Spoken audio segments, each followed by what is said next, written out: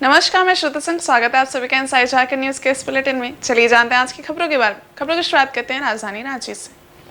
दिल्ली में इंडिया गठबंधन की बैठक में शामिल होने के बाद झारखंड के मुख्यमंत्री चंपई सोरेन, कल्पना मुर्मू सोरेन और सुप्रियो भट्टाचार्य रविवार देर शाम रांची लौट आए। रांची एयरपोर्ट पर मीडिया से बातचीत करते हुए उन्होंने दावा किया कि एग्जिट पोल फर्जी है। इस बार इंडिया गठबंधन 295 प्लस सीट लाने जा रही है। दिल्ली में अगली सरकार इंडिया गठबंधन की बनेगी। सीएम चंपई सोरेन ने कहा कि लोकसभा चुनाव 2024 को लेकर हर राज्य से प्राप्त रिपोर्ट का आकलन किया गया है। इसमें कोई संदेह नहीं कि देश में इंडिया गठबंधन निश्चित रूप से 295 से अधिक सीटें जीतेगा। एग्जिट पोल में कोई सच्चाई नहीं है। झारखंड में 10 से अधिक सीट इंडिया गठबंधन जीतेगा। उन्होंने कहा कि गांडे सीट हम रिकॉर्ड मत से जीतने जा रहे हैं। प्रधानमंत्री कौन होगा, इस सवाल पर उन्होंने कहा कि 4 जून के बाद गठबंधन दलों की बैठक दिल्ली में होगी, जिसमें आगे का निर्णय लिया जाएगा। झारखंड अच्छा पोजीशन है, कोई चर्चा नहीं है, होने दीजिए 4 के बाद अच्छा अंतर से है ना। ठीक है। वहीं कल्पना सोरेन ने दावा किया कि राज्य में 10 से अधिक सीटों पर INDIA के प्रत्याशियों की जीत होगी। गांडे सीट हम रिकॉर्ड मतों से जीतने जा रहे हैं। INDIA में प्रधानमंत्री कौन होगा, इस सवाल पर कहा कि 4 जून के बाद गठबंधन दलों की बैठक एक बार फिर दिल्ली में होगी। उन्होंने ये भी कहा कि इस बैठक में आगे का निर्णय लिया जाएगा। कल्पना सोरेन ने आगे कहा कि एग्जिट पोल के चक्कर में नहीं पड़े, वरना चकरा जाएंगे। 4 जून को सभी परिणाम का इंतजार करें। देखिए, मैं आप सभी को बताना चाहती हूँ, जब आप लोगों ने इंतजार किया ही है, 4 तारीख का इंतजार करिए। 4 तारीख का। और ग्रामीण विकास विभाग में टेंडर कमीशन घोटाला मामले में IAS मनीष रंजन की भूमिका की जांच ईडी की टीम लगातार कर रही है। इस मामले में ईडी के बुलावे पर सोमवार को मनीष रंजन प्रवर्तन निदेशालय के रांची स्थित क्षेत्रीय कार्यालय पहुंचे। यहां उनसे घंटों पूछताछ की गई। बता दें कि प्रवर्तन निदेशालय के दूसरे नोटिस पर मनीष रंजन 28 मई को हीनू स्थित केंद्रीय जांच एजेंसी के क्षेत्रीय मुख्यालय में पहुंचे थे। उस दिन पूछताछ के बाद मनीष रंजन से ईडी के अधिकारियों ने कहा था कि अपनी और अपने परिवार के आय व्यय के ब्यौरे के दस्तावेज के साथ 3 जून को आए। इसी बुलावे पर सोमवार को मनीष रंजन ईडी के कार्यालय पहुंचे। मास्क लगाकर आए मनीष रंजन के हाथ में एक फाइल थी। ईडी ऑफिस के बाहर उनकी पेशी के मद्देनजर बड़ी संख्या में पत्रकार मौजूद थे। पत्रकारों ने उनसे बात करनी चाही, लेकिन मनीष रंजन ने उनसे कोई बात नहीं की। वो फाइल के साथ सीधे ईडी कार्यालय में दाखिल हो गए।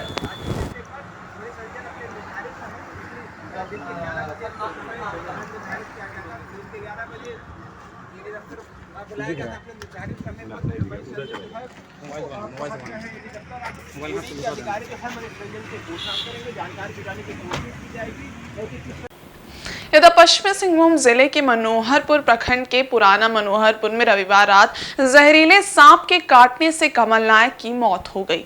मिली जानकारी के अनुसार कमल रोज की तरह भोजन करने के बाद अपने घर के बाहर खटिया बिछाकर सोया हुआ था। इसी बीच रात के करीब 3 बजे उसे बाएं हाथ की कलाई में सांप ने डस लिया, जिससे उसकी हालत बिगड़ गई। कमल को सांप काटने का पता भी नहीं चला। जब उसकी आंख खुली तो उसने सांप को मार डाला, फिर उसे गमले में ढक कर फिर से सो गया। सुबह हालत बिगड़ने पर उसने परिजनों को घटना की जानकारी दी। परिजन उसे आनन फानन में अस्पताल ले गए, जहां प्राथमिक उपचार के बाद बेहतर इलाज के लिए उसे राउरकेला रेफर कर दिया गया। राउरकेला ले जाने के क्रम में उड़ीसा के बिरसा में कमल ने दम तोड़ दिया। बता दें कि भीषण गर्मी के बाद हुई बारिश के बाद सांप अपने बिल से बाहर निकल रहे हैं। ऐसे में सर्पदंश के मामले बढ़ रहे हैं। अक्सर ग्रामीण इलाकों में लोग सर्पदंश के शिकार बनते हैं, क्योंकि लोग फर्श पर या खुले में सोते हैं। ऐसे में सांप आसानी से लोगों को डस लेता है। ज्यादातर मामलों में देखा जाता है कि रात के वक्त लोगों को सांप डसता है, जिससे उनकी मौत हो जाती है। ऐसे में जरूरत है कि बारिश के मौसम में लोग बाहर और फर्श पर सोने से बचे। दरवाजा खिड़की पूरी तरह बंद कर सोएं, ताकि सांप बिच्छू घर में प्रवेश ना कर सके।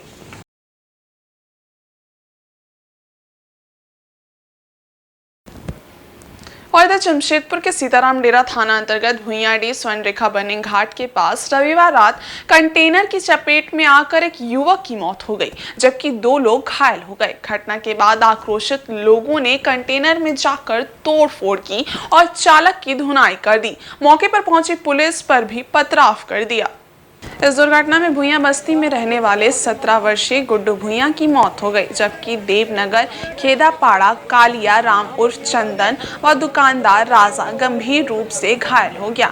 दोनों को पहले एमजीएम ले जाया गया, जहां से कालिया की स्थिति गंभीर होने पर उसे टीएमएच रेफर कर दिया गया। घटना के बाद स्थानीय लोगों ने कंटेनर चालक की पिटाई कर दी। घटना की सूचना दिए जाने के 20 मिनट बाद पुलिस पहुंची। सीताराम डेरा थाना की जीप व पीसीआर पार्टी के वहां पहुंचते ही स्थानीय लोगों ने दोनों वाहनों पर पथराव शुरू कर दिया। मौके पर पहुंचे पूर्व मंत्री दुलाल भुइयां पुलिस और स्थानीय लोगों से वार्ता की। इधर घटना की सूचना मिलने पर भारी संख्या में पुलिस बल मौके पर पहुंची और हंगामा कर रहे लोगों को खदेड़ा। इस घटना में लोगों की पिटाई से कंटेनर का चालक भी घायल हुआ है, वहीं कुछ पुलिस जवानों को भी चोट आई है।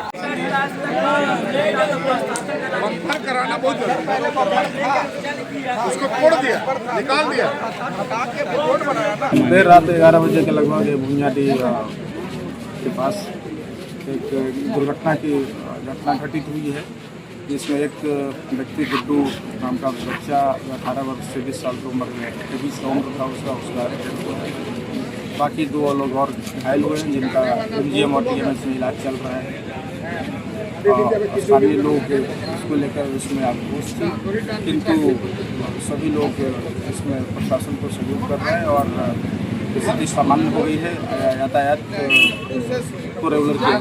अच्छा, मेरा दोस्त है, उसी के दुकान पे ये जो भी हुआ है, ठीक है, और एक बच्चा एक्सपायर कर गया है। हॉस्पिटल में एक चंदन नाम का लड़का है, वो अभी एडमिट है। अचानक से यहाँ पे ब्रेकर भी नहीं है और ये वाला जो गोलचक्कर है, गोलचक्कर की इस साइड से गाड़ी आकर के सीधा घुस गया है। ये पहला भी जो हुआ है, ये दोस्त के यहाँ पे दुकान पे वो अभी देख करके आ रहे हैं। हाईवे में थे, वहाँ से फ़ोन आया तब यहाँ पे आना पड़ा। क्या है, मैं दुकान बंद कर रहा था तो अचानक गाड़ी पीछे पूरा रेंज में सीधा हमारे दुकान में मारे, जिसमें एक लड़का गुड्डू भुइयां जी उसका स्पोर्ट हो गया और चंदन राम जो थे हमारे स्टाफ, उसको हॉस्पिटल में भर्ती किया है। उसमें भी उम्मीद कम है बचने का चांस। हमने दुकान बंद करे थे, स्पीड पिए हुए थे पूरा। ड्राइवर को उतारे तो ड्राइवर बोलेरो में किसी के साथ बैठ के भागा, कौन लेके गया उसको नहीं मालूम। अच्छा, स्पोर्ट हो गए और एक जन घायल है और एक जन मुझे खुद घायल है। हम खुद इलाज कराने जाएंगे। वहीं रांची के सर्कुलर रोड में ली डिजाइनर कॉम्प्लेक्स के 4थे तल्ले पर चल रहे बैम्बू इंटरनेशनल स्पा सेंटर में पुलिस ने छापेमारी कर जिस्म फरोशी के धंधे का भांडाफोड़ किया। कार्रवाई में 3 विदेशी समेत 8 महिलाओं और 6 पुरुषों को गिरफ्तार किया गया है। पुलिस रेड के बाद स्पा सेंटर में अफरा तफरी मच गई। छापेमारी के दौरान कई लोग स्पा परिसर में बने विशेष कमरे में आपत्तिजनक हालत में थे। मौके से आपत्तिजनक सामान 13 मोबाइल फोन, लैपटॉप भी बरामद किए गए हैं। पुलिस की यह कार्रवाई स्पा की यार्ड में जिस्म फरोशी का धंधा चलाने की सूचना पर सिटी डीएसपी कुमार वेंकटेश रमन के नेतृत्व में लालपुर थाना पुलिस ने की। लालपुर के थानेदार आदिकांत महतो के फर्द बयान पर केस दर्ज कर हॉटवार जेल भेज दिया गया। जेल जाने वालों में स्पा का संचालक एवं दिल्ली के छतरपुर का गौरव अग्रवाल, दक्षिण पश्चिमी दिल्ली के सादरपुर की एक महिला, थाईलैंड की 3, पश्चिम बंगाल की 2 और रांची की महिला शामिल हैं। वहीं Harmu housing colony, Pundag road, जोड़ा तालाब रोड और अपर बाजार इलाके के रहने वाले ग्राहकों को जेल भेज दिया गया है। इधर स्पा संचालक से मिली जानकारी के आधार पर पुलिस आगे की कार्रवाई कर रही है।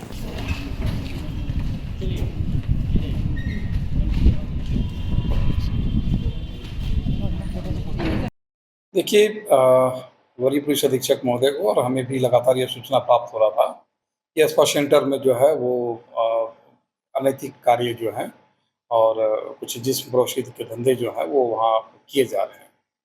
तो इस प्रकार की सूचना के आलोक में सिटी डीएसपी के नेतृत्व में जो है और महिला थाना प्रभारी के नेतृत्व में एक रेड टीम बनाई गई और bamboo spa centre Lalpur area में अवस्थित है, वहाँ जो है हम लोगों ने एक रेड किया था, जिसमें आपत्तिजनक अवस्था में वहाँ पे कुल 14 लोग जो है वो गिरफ्तार हुए हैं। अभी इनके पास में आपत्तिजनक सामग्री, बियर के बोतल और अन्य सामग्री भी बरामद हुई है। इस आलोक में इनकी गिरफ्तारी हुई है और इन पर विधिवत कार्रवाई करते हुए इनको न्यायिक हिरासत में भेजा गया है। इसमें 3 थाईलैंड के रहने वाली लड़कियां भी हैं और अभी इनका रेसिडेंस हम लोग पता कर रहे हैं और अभी फ़िलहाल ये किन मकसदों से यहाँ पर आई हैं और क्या इनका मुख्य काम था, ये भी हम लोग अभी पता कर रहे हैं। वहीं जमशेदपुर पूर्वी के विधायक सरयू राय ने कहा है कि झारखंड सरकार की बिल्डिंग बायलॉज का घोर उल्लंघन होते आ रहा है। इसके कारण झारखंड हाईकोर्ट ने नक्शा विचलन कर निर्माण हुए भवनों के अवैध भाग को तोड़ने का स्पष्ट निर्देश दिया है, परंतु इस निर्देश के अनुपालन में जिला प्रशासन और जमशेदपुर अक्षेश द्वारा पक्षपातपूर्ण रवैया अपनाया जा रहा है। सरयू राय ने बिष्टुपुर स्थित अपने आवासीय कार्यालय में एक प्रेस वार्ता आयोजित कर बताया कि जिनकी ऊंची पैरवी है उनकी तरफ जिला प्रशासन और जमशेदपुर अक्षेश नजर नहीं उठा रहे हैं। उन्होंने कहा कि जो अवैध भवन निर्माता सरकार में बैठे लोग और मंत्री के दरबार में हाजिरी लगाते हैं, उनके नक्शा विचलन की ओर प्रशासन और अक्षेश का ध्यान नहीं जा रहा है। सरयू राय ने कहा कि कुछ अवैध निर्माणों को आंशिक रूप से ध्वस्त कर उच्च न्यायालय में गलत प्रतिवेदन सौंपा जा रहा है। झारखंड बायलॉज के सेक्शन 440 में कॉमर्शियल एवं आवासीय भवनों के कितने हिस्से में पार्किंग रहेगा और कितना हिस्सा सेटबैक छोड़ना पड़ेगा, इसका प्रावधान है, परंतु जिला प्रशासन और जमशेदपुर अक्षेश इन प्रावधान को लागू किए बिना ही नक्शा पारित कर दे रही है। पंजीकृत गलत नक्शा बनाने वाले आर्किटेक्ट पर कोई कार्रवाई नहीं हो रही है। जिन अधिकारियों ने विगत 10 वर्षों में गलत नक्शा पारित किया है, उन पर सेक्शन 438 के तहत प्राथमिकी दर्ज नहीं की जा रही है। निहायत ही स्थानीय विषय पर है और वह स्थानीय विषय है झारखंड हाई कोर्ट के निर्देश पर जिन भवनों के निर्माण में अनियमितता हुई है, जिनका नक्शा अनियमित तरीके से पास हुआ है और अनियमित तरीके से पास नक्शा में भी भारी विचलन हुआ है और झारखंड बिल्डिंग बायलॉज के सारे प्रावधानों के रहते हुए भी हाईकोर्ट के आदेश के दबाव में आंशिक कार्रवाई हो रही है। वो कार्रवाई भी पक्षपात तरीका से हो रही है।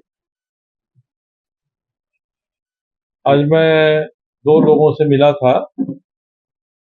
एक तो हाईकोर्ट में इस बारे में जो रीट पिटीशन दाखिल किए हैं राकेश कुमार से मैंने बात की, उनके घर जाकर बात किया और अखिलेश श्रीवास्तव जी जो इसके वकील हैं, उनके भी ऑफिस में जाकर मैंने बात की और मैंने उनसे पूछा कि भाई हम लोग हाईकोर्ट का आदेश पढ़ते हैं अखबारों में और कुछ कुछ कार्रवाइयां हो जा रही हैं, तो क्या आप लोग इससे संतुष्ट हैं? अब वकील साहब का भी कहना था कि हम लोग इससे संतुष्ट नहीं हैं। याचिकाकर्ता थे, उनके मन में तो भय व्याप्त हो गया है कि इतने लोग इसमें शामिल हैं, हो सकता है कि मेरा आगे कोई नुकसान हो जाए। उनके परिवार के लोग भी आशंकित हैं। तो मैंने बात किया, उससे नतीजा ये निकला कि बिल्डिंग बायलॉज के जो प्रावधान हैं, उस प्रावधानों का उल्लंघन नगरपालिका के स्तर पर भी हो रहा है और प्रशासन के स्तर पर भी हो रहा है। झारखंड की 14 लोकसभा सीटों पर 66.19% मतदान हुआ है। इनमें 12 लोकसभा क्षेत्रों के मतदान में महिलाओं का दबदबा रहा। 7वें चरण में दुमका, गोड्डा व राजमहल में 70.88% मतदान हुआ है। इनमें दुमका में सर्वाधिक 73.87% वोटिंग हुई है। सभी ईवीएम स्ट्रांग रूम में त्रिस्तरीय सुरक्षा व्यवस्था में रखी गई है। ये जानकारी रविवार को झारखंड के मुख्य निर्वाचन पदाधिकारी के रवि कुमार ने धुर्वा के निर्वाचन सदन में पत्रकारों को दी। उन्होंने कहा कि लोकसभा चुनाव 2024 के 7वें चरण के चुनाव में 3 संसदीय सीटों पर मतदान संपन्न कराने के बाद सभी पोलिंग पार्टियां वापस लौट आई हैं। सभी ईवीएम स्क्रूटनी के बाद स्ट्रांग रूम में सील कर दी गई है। सभी मतगणना केंद्रों पर त्रिस्तरीय सुरक्षा व्यवस्था की गई है। राजमहल, दुमका और गोड्डा संसदीय निर्वाचन क्षेत्र में कुल 70.88% मतदान हुआ। राजमहल में 70.68%, दुमका में 73.87% और गोड्डा में 68.63% मतदान हुआ है। झारखंड की सभी 14 संसदीय सीटों पर मतदान का प्रतिशत 66.19% रहा। 14 लोकसभा सीटों में से 12 में महिलाओं ने पुरुषों से अधिक मतदान किया है। सिर्फ रांची और जमशेदपुर में पुरुष मतदाताओं ने महिलाओं से अधिक मतदान किया है, लेकिन उसका अंतर भी मामूली रहा है। सभी तीनों पार्लियामेंट्री कॉन्स्टिट्यूंसी में सभी पोलिंग पार्टी अराइव हो गया, उसका मशीन स्क्रूटनी होके सील हो चुका है सब जगह पर। अभी वो वहाँ पर भी काउंटिंग का प्रक्रिया के लिए तैयार किया जा रहा है। 7th फेज में overall voting percentage 70.88, final encore में एंट्री हो चुका है। 7th फेज में फाइनल वोटिंग परसेंटेज 70.88 आपका राजमहल का है 70.78, दुमका 73.87, गोड्डा 68.63। ये फाइनल वोटर टर्नआउट है, इसका एंट्री हो गया ईवीएम मशीन का। इसमें हम लोग का ये पूरा झारखंड का ओवरऑल देखेंगे, अभी तक का है 66.19। इसके साथ में वो पोस्टल बैलेट ऐड किया जाएगी on the day of counting, उसी हिसाब से फाइनल होगी। ये डेटा में आपको पास शेयर करेंगे। इसमें झारखंड में देखेंगे 8 पार्लियामेंट्री कॉन्स्टिट्यूंसी में आपका 2019 से वोटिंग परसेंटेज बढ़ा, फिर 6 में कम हुई थी।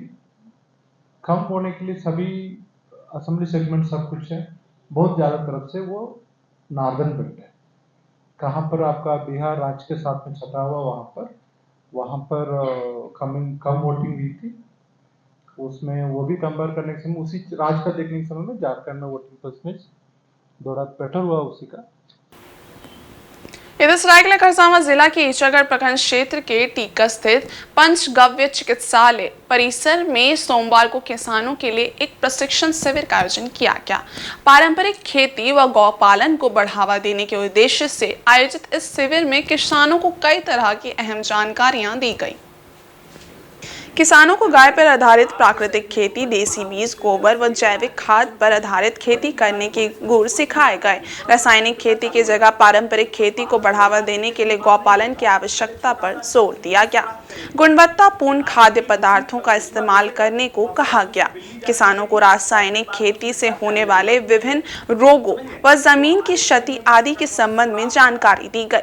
वहीं प्रशिक्षक के रूप में मौजूद बिरसा कृषि विश्वविद्यालय के सिद्धार्थ जायसवाल व पंचगव्य एक्सपर्ट मदन कुशवाहा ने किसानों को पारंपरिक खेती व गौपालन के फायदे व रासायनिक खेती व हाइब्रिड बीज से होने वाले नुकसानों के संबंध में जानकारी दी। बताया कि अत्यधिक रासायनिक खाद व कीटनाशक के प्रयोग से खेतों को काफी नुकसान होता है।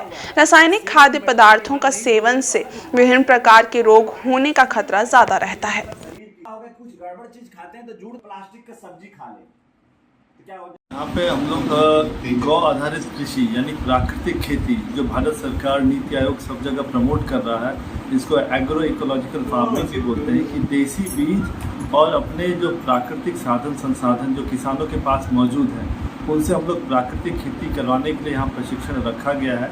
यहाँ पे सरायकेला में और यहाँ पे टीकर गाँव में यहाँ पे हम लोग का कोशिश ये है कि हम लोग पिछले बहुत सारे वर्षों से हम लोग ने चाकू लिया, बहरा घोड़ा, घाटशिला, खूंटी में तोड़पाड़ कर रहा, बहुत जगह हम लोग ने हमारे जो आदिवासी किसान भाई बहन हैं उनके साथ हम लोगों ने काम किया है। देसी बीज पे काम किया है, धान की कम से कम 40 से ज़्यादा देसी बीज की वैरायटीज़ है उस पर काम किया है, अरहर, मूंग, उड़द, मसूर सबका काम करने का प्रयोजन ये है कि अगर हम लोग देसी बीज और प्राकृतिक खेती करेंगे तो हमारे सब्जियों में, अनाज में, दलहन तिलहन सभी में पोषक तत्वों की मात्रा बढ़ जाती है, जिसका मार्केट में अच्छा रेट मिलता है।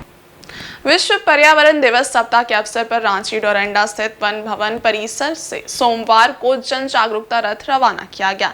प्रधान मुख्य वन संरक्षक ने हरी झंडे दिखाकर रथ को रवाना किया। मौके पर वन विभाग के वरीय पदाधिकारी और कर्मचारी मौजूद थे।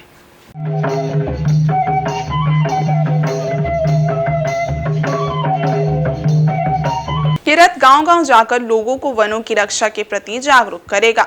अपने संबोधन में प्रधान मुख्य वन संरक्षक ने कहा कि हालांकि जन जागरूकता अभियान पूर्व के माह से ही चल रहा है, परंतु अब जागरूकता वाहन के माध्यम से लोगों के गांव व घरों तक पहुंचकर उन्हें जागरूक किया जाएगा। पूरे अभियान का एक ही लक्ष्य है कि लोगों को पर्यावरण अनुकूल जीवन शैली के अलग अलग पहलुओं से अवगत कराया जाए। इस बार भी 5 जून को मनाए जाने वाले सामान्य जन तक मिशन लाइफ के 7 थीम जैसे save energy, save water, single use plastic का कम उपयोग, पेड़ पौधे लगाना इत्यादि का संदेश दिया जा रहा है।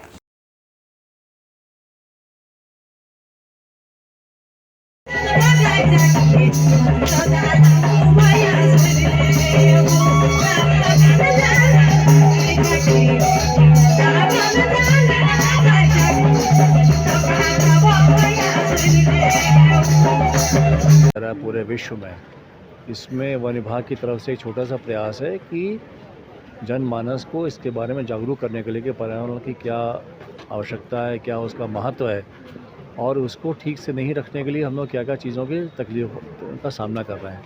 जैसे आप देखें कि रांची में इस बार जितनी गर्मी पड़ी है, पूरे राज्य में जितनी गर्मी पड़ रही है, जो अपने आप एक रिकॉर्ड है, तो ये सब परिणाम है कि पर्यावरण को हमने ठीक तरह से संजो के नहीं रखा। तो वन विभाग का ये प्रयास है जिसमें कि सभी आम जनों को, जनता को जागरूक किया जाएगा। ये नुक्कड़ नाटक की टीम जो है करीब 55 लोकेशंस पे जाएगी, जो लोगों को इसके बारे में बताएगी कि कैसे कैसे करना चाहिए। इसके अलावा आम जीवन में हमारे जीवन में, आपके जीवन में छोटे छोटे कौन कौन से प्रयास हम लोग कर सकते हैं अपनी जीवन शैली को चेंज करके, इसके बारे में भी इस नुक्कड़ नाटक के माध्यम से बताया जाएगा। और पूर्वी सिंहभूम जिले के पोट का तेंतला गांव निवासी बुढ़ान सोरेन के घर के पास बना चापाकल पिछले 4 महीने से खराब है। कई जगह ग्रामीण आवेदन देकर थक चुके हैं, लेकिन चापाकल की मरम्मत के लिए किसी तरह की कोई पहल नहीं हुई। ऐसे ग्रामीणों में खासा आक्रोश है। ग्रामीणों का कहना है कि पिछले 4 महीने से चापाकल खराब होने से ग्रामीणों को काफी दिक्कतों का सामना करना पड़ रहा है। लोगों को दूर दराज से पानी लाना पड़ता है, साथ ही साथ तालाब के पानी से काम चलाना पड़ रहा है। वहीं कई बार लिखित शिकायत करने के बावजूद कोई सुनने वाला नहीं है।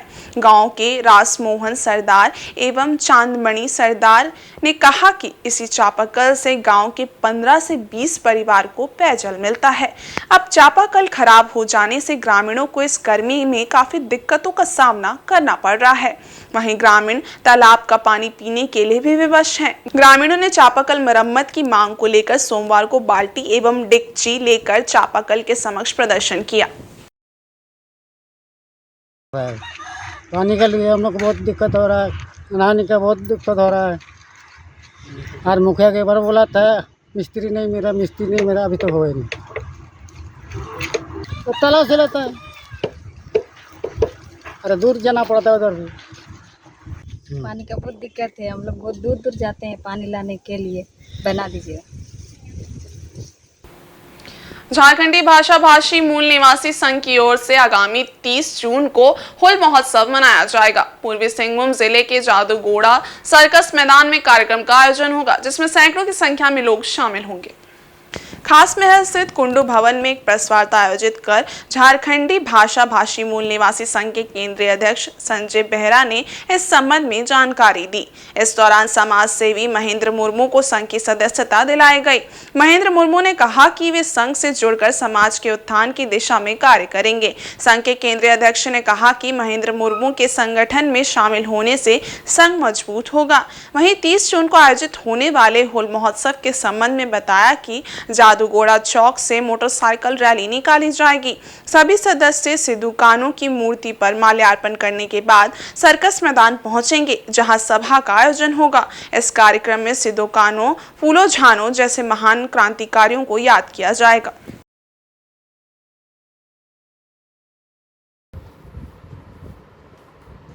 कुंडू भवन में झारखंड भाषा भाषी मूल भाषी संघ पूर्वी समूह के केंद्रीय कमेटी और जिला कमेटी के सदस्य के समक्ष हमने आज सदस्यता ग्रहण की। और आज ही आपको ये बता दूं कि ये तैयारी हम लोग की 30 जून फूल महा महोत्सव के रूप में हम की तैयारी है। और ये हम आज ये भी घोषणा कर रहे हैं कि हम सब प्रथम सिद्धू कान्हू जी का माल्यार्पण जादूगोड़ा से शुरुआत करेंगे और वहाँ से मोटर बाइक रैली होते हुए सीधे सर्कस मैदान, जहाँ एक सभा और सांस्कृतिक कार्यक्रम में तब्दील हो जाएगी। और ये आज हम तैयारी शुरुआत कर दी है, लेकिन अभी आचार संहिता होने के कारण हम पूर्ण रूप में नहीं घोषणा कर रहे हैं। और आगामी कुछ दिनों में हम पूर्ण रूप में इसको घोषणा कर देंगे कि हम क्या क्या कार्यक्रम तय किए हैं। देखिए, हम लोग तो सबसे पहले फ़ायदा और नुकसान की बात है। हमारा झारखंड में जो भाषा और संस्कृति है, इसका दोहन हो रहा है। और हम लोग का प्रयास यही है कि झारखंडी जो है आज लड़ रहे हैं, अलग अलग मैंने एक ही मैंने जाति के आधार पर लड़ रहे हैं। और सबको समझना है कि हम पहले झारखंडी हैं, जाति बाद में है, सबसे पहले हम झारखंडी हैं। झारखंडी की समझ जो रखेंगे वो कभी लड़ाई झगड़ा नहीं करेंगे। तो इनका आने का फ़ायदा यही है कि इस तरह के लोग अगर आएंगे, ऐसे बुद्धिजीवी लोग आएंगे, ऐसे कर्मठ लोग अगर आएंगे, ऐसे ईमानदार लोग अगर आएंगे, तो जो हमारा उद्देश्य संगठन का झारखंडी भाषा भाषी मूल भाषी संघ का, वो उद्देश्य पूरा होगा। इस तरह के लोग जुड़ेंगे तो ये पूरा हो सकता है। और इस बुलेटिन में बस इतना ही। ब्रेक के उस पार कुछ और खास खबरें, तब तक के लिए देखते रहिए इनसाइड झारखंड न्यूज़। धन्यवाद।